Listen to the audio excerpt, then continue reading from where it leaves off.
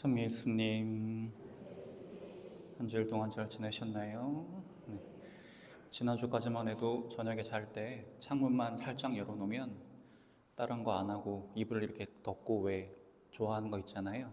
몸은 따뜻한데 얼굴이랑 코는 시원한 거, 거기에 대해서 딱 좋다 싶었는데 벌써 한 주 만에 이제 밤에 창문을 못 열겠어요.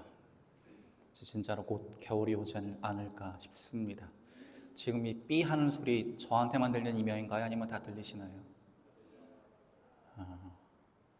해설태 마이크를 한번 껐다 켜볼까? 내가 내 건 다 껐다 켜봤는데 이번 주에 우리는 신자들의 의무라는 걸 알면서도 너무나 어려워하고 부담스러워하는 전교 혹은 선교라고 하는 주제에 대해서 이야기하게 되는데요. 워낙 어려워하시는 주제인데 제 평소 스타일처럼 너무 어렵게 좀 교조적으로 이야기하면 더 부담스러워지실까봐 간만에 좀 예전 스타일로 돌아가 봤습니다. 이따가 넘길 때 보면 이제 아시게 될 텐데, 그래서 저희가 오늘 보게 될 세 가지는 세 가지는 요겁니다. 얼마나 맛있게요? 이거 어디 나온 건지 아세요? 그 빅마마를 흉내내는 개그우먼이 빅마마도 그 얘기 했구나.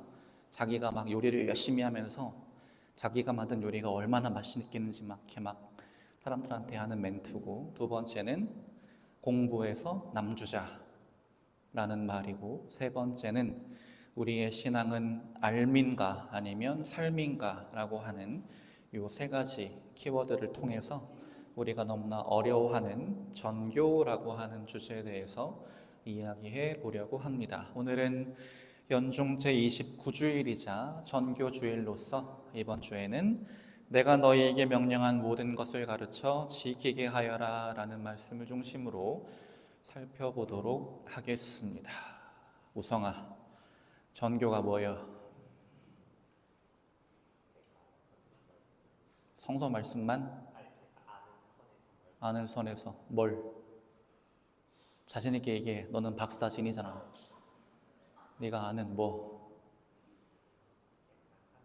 하느님 말씀 모르는 사람들에게 전하는 거야. 하느님 말씀만 전할 거야? 그래, 뭐 그것만 전해도 성공이라고 할 수 있겠습니다. 전교 혹은 선교라고 하는 말은 구체적으로 우리가 어떻게 이해하면 되느냐? 우리가 매 미사 때마다 파경예식을 통해서 예수 그리스도로부터 온 세상에 파견되는 제자로서 내가 머리로 알고 마음으로 믿는 신앙을 삶으로 증거하는 일이라고 할 수가 있겠습니다. 그래서 그 신앙, 삶이라고 하는 증거를 통해서 내가 희망하는 하느님 나라, 곧 사랑과 자비가 넘치시는 하느님께서 우리에게 구원과 영원한 생명을 주신다라고 하는 기쁜 소식을 아직 하느님을 모르는 사람들에게, 아직 그 구원의 소식을 알지 못하거나 느끼지 못하는 사람들에게 알게 만들어주는 일이 바로 전교라고 할 수 있겠습니다. 이렇게 대단하게 설명하니까 더 어려워하시죠, 보통. 그런데 중세 유럽 사람들은 이 전교라고 하는 말을 조금은 다르게 생각했습니다. 뭐냐면 자기들이 인종적으로 더 우월하다고 생각했어요. 누구보다? 비유럽권, 아시아, 아프리카, 신대륙, 아메리카 이쪽에 사는 원주민들보다 자신들이 영적으로, 정서적으로, 문화적으로 우월하다고 생각해서 아직 미개한, 덜 발달된 그 야만인들로 하여금 그리스도교를 믿게 만드는 거, 머리로 어차피 이해하지 못할 테니 힘으로라도 라고 생각했던 게 바로 중세 유럽 사람들이 생각했던 선교라고 하는 거의 관념이자 방식이었습니다. 그래서 이 잘못된 방식이 여러 차례 역사 안에서 표출되기도 했었죠. 그 대표적인 것 중에 하나가 십자군 전쟁입니다. 예수 그리스도를 주님으로 믿는 카톨릭만이 유일하고 참된 종교이고 나머지 것들은 다 이단이야 라는 마음으로 원정을 떠난 겁니다. 어디로 떠났을까요? 예루살렘으로 떠났습니다. 왜? 예루살렘이 당시에 어디에 지배하에 있어서 이슬람 종교를 믿는 중동 지역 민족들의 지배하에 있었기 때문에, 아니 예수 그리스도교에서 태어나신 그 성스러운 곳을 우리가 저렇게 둘 수 없다, 저 야만인들의 손에 저렇게 넘길 수 없다라고 하는 지향을 가지고 우리가 하느님의 거룩한 자녀로서 예수 그리스도의 용감한 제자이자 병사로서 저기를 해방시키러 가야겠다라고 생각을 해서, 제가 알고 있는 게 맞다면 총 13차례에 걸쳐서 십자군 전쟁이라고 하는 전쟁을 일으켰습니다. 초반에 한 두세 번은 성공한 것도 있어요. 일시적으로 예루살렘을 수복하기도 했었습니다. 하지만 결국은 뺏겼어요. 그리고 심지어 한 두어 번은 말 그대로 몰살당할 뻔했어요. 그랬던 거를 그때 예루살렘을 지배하고 있던 지도자인 술탄이 한번 진짜 봐줘서, 자비를 베풀어줘서 그나마 여자와 아이들만이라도 목숨을 구했던 적이 있었습니다. 그리고 저 십자군 전쟁과 관련해서 다양한 사회적인 문제들이 발생하기도 했었죠. 또 한 가지 뭐가 있을까요? 우리 사회에서 자주 볼 수 있는 모습이지요.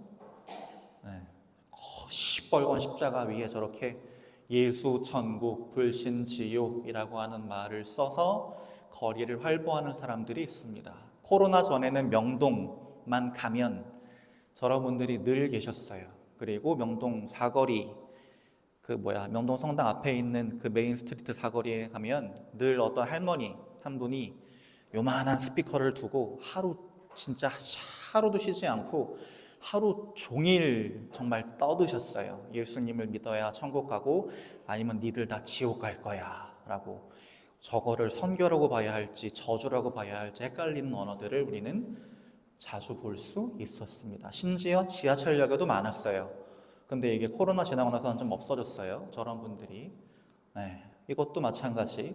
폭력으로, 강요로, 때로는 겁박으로 억지로라도 믿게 하면 나는 구원받을 거야 라고 하는 잘못된 생각으로 했던 행동이었습니다. 그런데 아마 그런 모습을 보시면 예수님께서 우리에게 저렇게 오시다가도 귀를 막고 도망가지 않으실까 싶어요.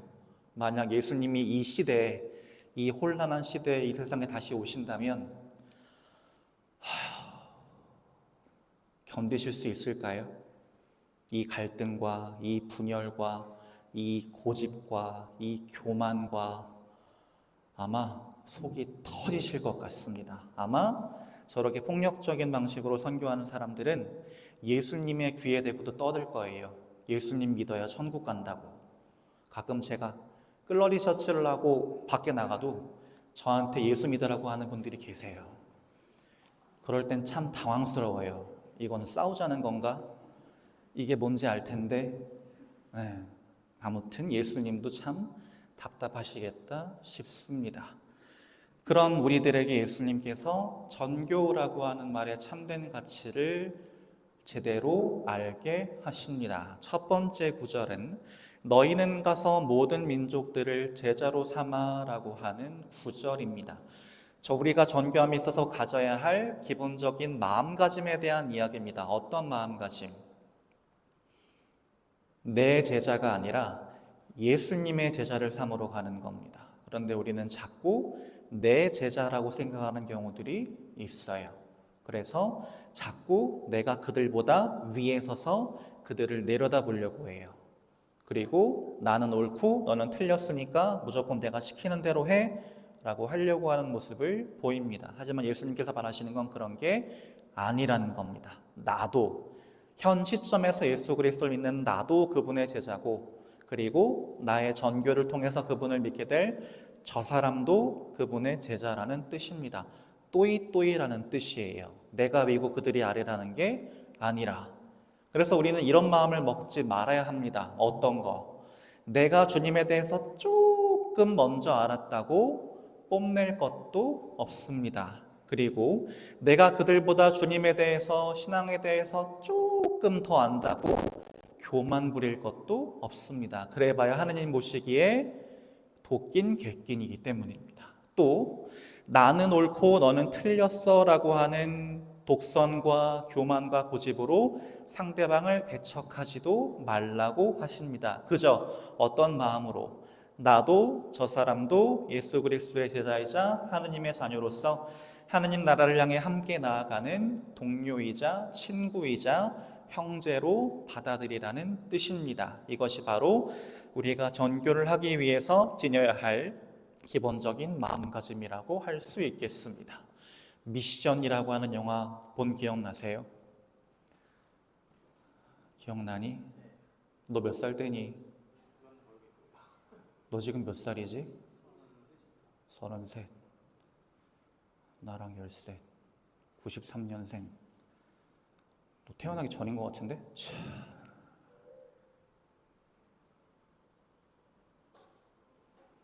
초반에 소리가 살짝 안 들리니까 귀를 집중하셔야 될 거예요.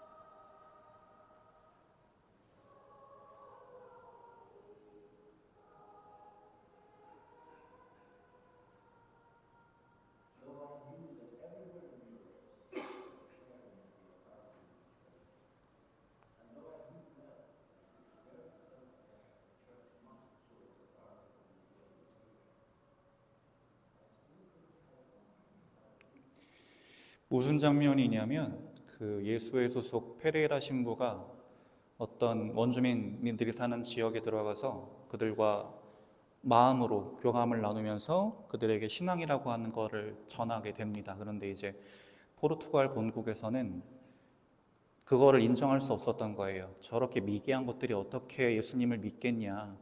괜히 시간 끌지 말고 그냥 차라리 싹 쓸어버리자 라는 생각을 가지고, 그러니까 니네 예수에 빨리 철수해, 우리가 저기 접수하게 라고 이제 원칙을 정했던 거죠.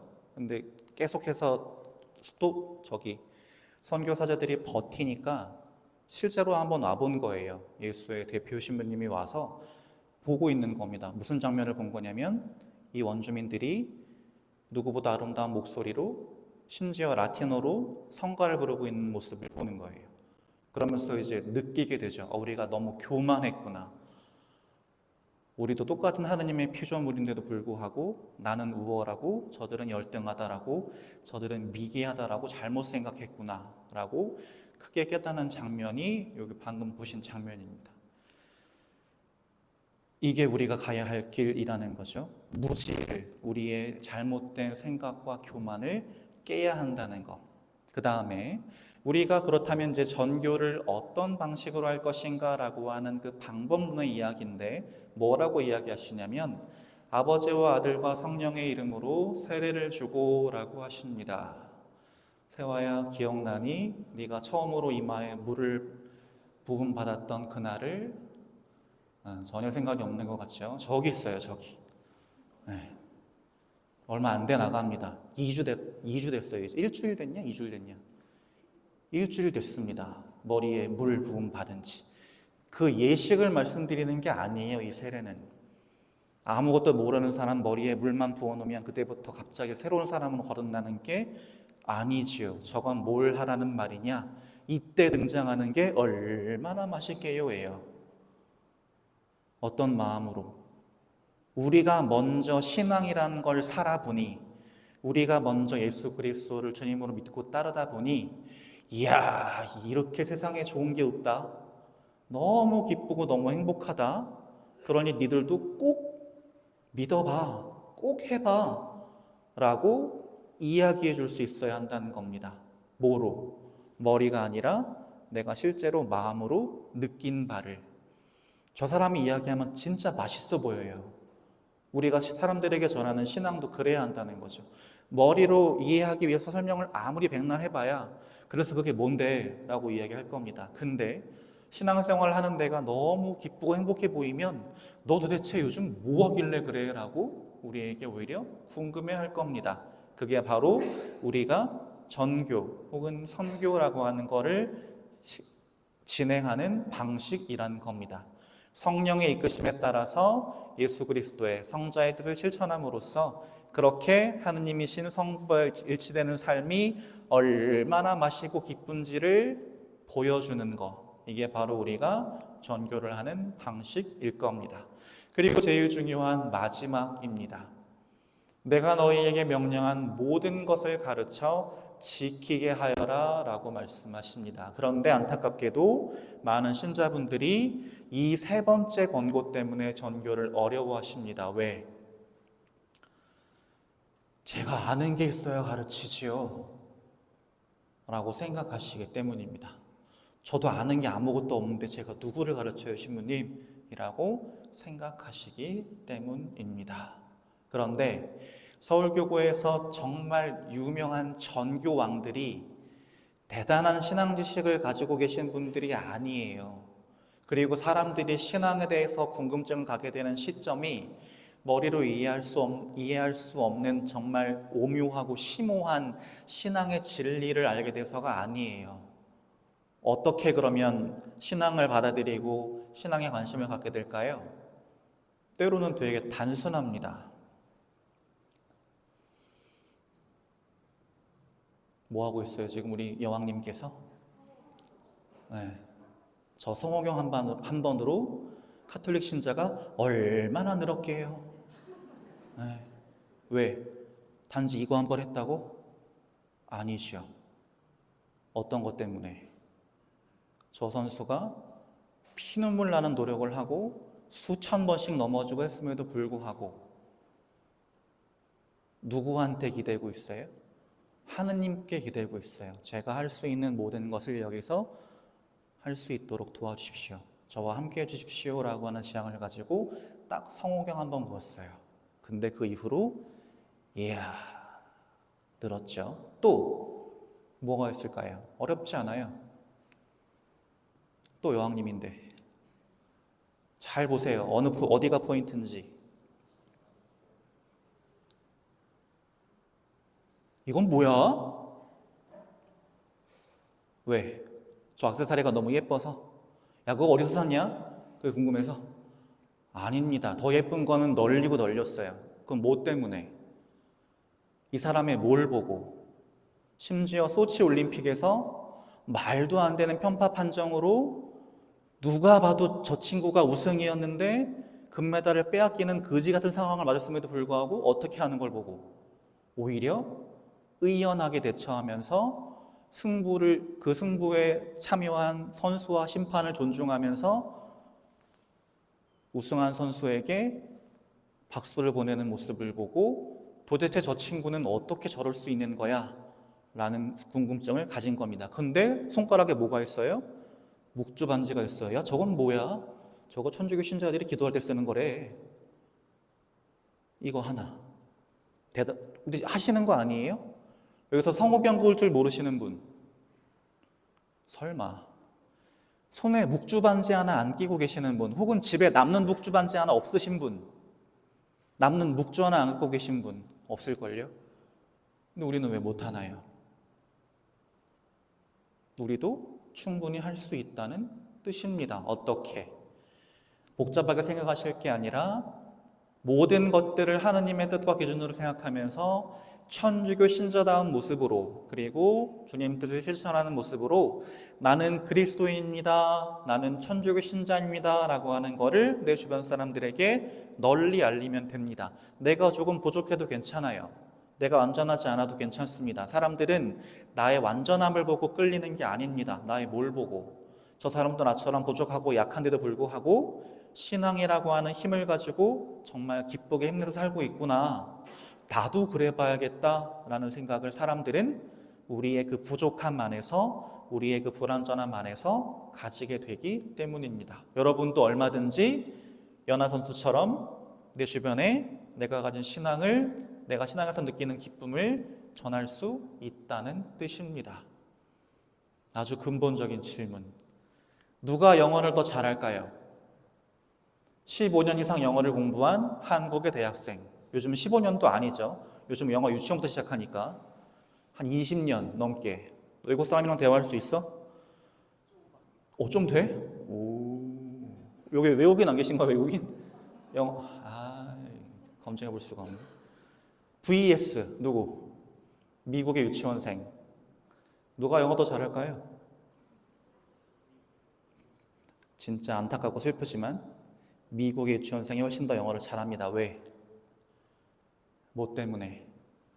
이 사람은 대학 가려고 머리로만 영어를 공부했어요. 얘는 살기 위해 영어가 필요해요. 근데 여러분, 신앙생활을 그렇게 죽기 살기로 하고 계십니까? 그냥 내가 머리로 생각하기에 저거 하면 괜찮겠다 싶으니까 마침 시간도 좀 남네, 마침 여건이 되네, 이런 신앙생활입니까? 아니면 나는 하느님 아니면 죽습니다 라는 마음의 신앙생활입니까?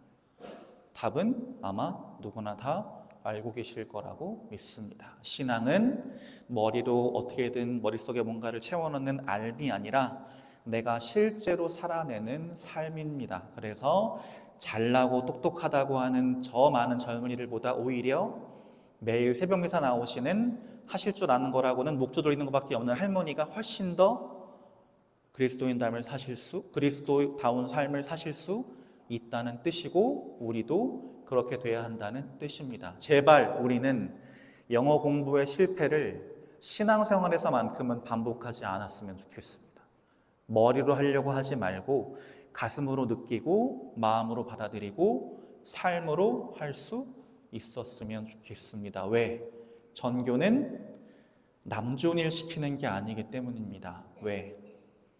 내가 그렇게 그리스도인다운 삶을 살면서 신앙의 기쁨을 누리면 결과적으로 누가 좋을까요?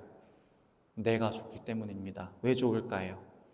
하느님을 향한 나의 믿음이 더 깊어지고 내가 신앙 안에서 누리는 참된 평화가 그만큼 더 굳건해지기 때문입니다. 무엇을 통해서? 내 주변 사람들에게 삶으로 신앙을 전하는 과정을 통해서.